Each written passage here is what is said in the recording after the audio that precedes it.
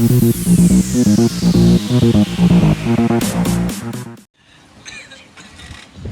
morning from Sharm el Sheikh, Egypt. This is Kalyani here doing a live coverage for Open Exchange TV.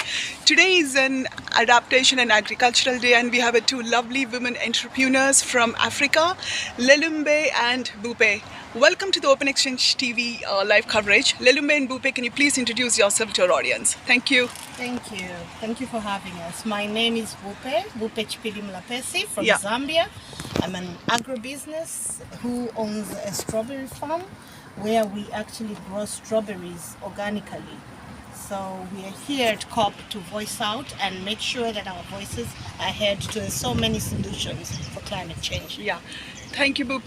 Lelemba. Hi everyone, I'm Lelemba Phiri. I'm also Zambian, but I'm based in Cape Town, South Africa. I'm a gender lens investor, and what we do is we create innovative financing vehicles to be able to invest in innovative businesses such as Bupe's to make sure that the finance is fitting her purpose. Yeah. Great. Thank you so much. So, Bupe, my first question would be, how is the climate change affecting the women entrepreneurs in agribusiness in Africa? I mean, what is the pressing challenges? The challenges are so many. The Yeah. challenges are so many. They range from, production reduction. They range to different effects, temperature, Yeah. scaling up, the businesses closing down. So really, the challenges are many. But mine, I focus more on soil regeneration. Yeah. Because the region where I come from, there's been a lot of depletion of minerals from the soil, and a lot of resources have been depleted. Yeah. So that has hindered the production, especially in the food sector. It has rendered the production irrelevant in the food sector. Yeah. So we are here really to just emphasize on the fact that we need to go back to the land. We need to go back and heal the land, and we regenerate the soil so that it's able to produce a healthy product for the environment and also for myself. Something So long we are- lasting. Yeah. So something long lasting. We need that. Sustainable and long lasting. Sustainable farming innovations, sustainable farming practices. That's what we're here for. Yeah. We want to hear more on how we innovate. How do we grow our businesses with these challenges happening, with the impact that climate change is having on our businesses? How do we mitigate it and how do we manage it? Yeah. So we are here for that. Perfect. Lelemba, what is your take on that?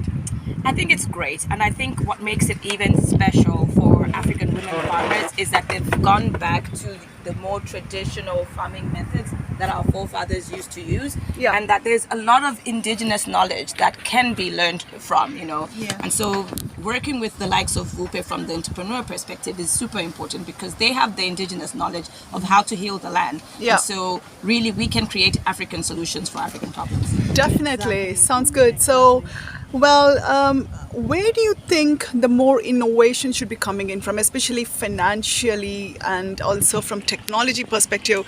And how do you actually access this innovation? I mean, say as a small women entrepreneur, within the agri side. Exactly. Yeah.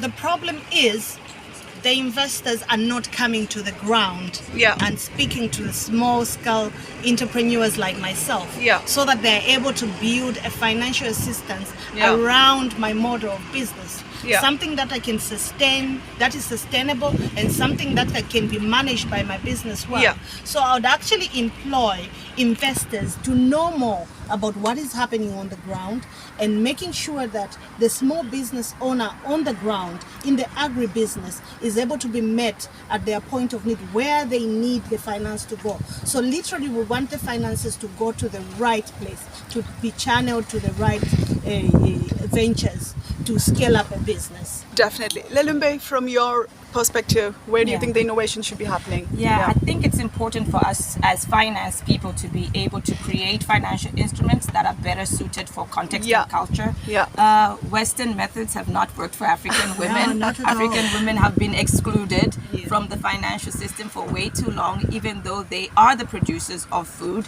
and Yeah. they are the ones that are in charge of preserving of food, and they have enterprises actually that really create great cash revenues but might not be suited for a typical venture venture capital model and might not have the collateral that is required for a loan. So how do we become a lot more creative as finance professionals to really meet these businesses where the need is, to model our instruments to how they're earning their money and ensure that it's something that they can manage, but it's something that also works in terms of our own returns. And we're doing that. We have the local knowledge, we've got the local context, and I think it's important for Western money to actually work with local capital providers. To come out with a more creative solutions, I mean to say, We need which is our more suitable for voices there. African, kind of an entrepreneurship. Yeah. So, Lelemba and Bupe, do you think COP27 is going to deliver that? I mean, compared to the one in Glasgow, now we are in Sharm el Sheikh, going to Dubai next year. Do you think we are progressing towards that particular challenge of financing? I mean, especially filling those gaps. What do you think? Yeah. Look, they're saying this is an implementation COP, like we're Exactly. past speaking now and we're going to implement. Yeah. So we are hopeful, but I will say to only an extent, because the systems of finance are still very masculine. Yeah. We have very few women who are actually capital allocators from that high development Yeah. finance institute level.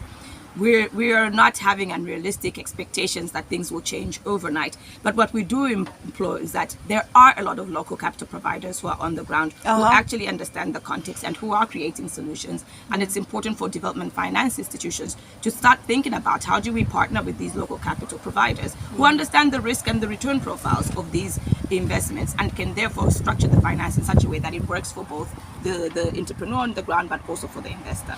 Definitely. Exactly. Yeah. You know, it's something that what I can take away from COP this year is that we are ready. We are ready for the solutions. Time to talk and have roundtable discussions is over. We need action now, and we need that action to be implemented now. Yeah.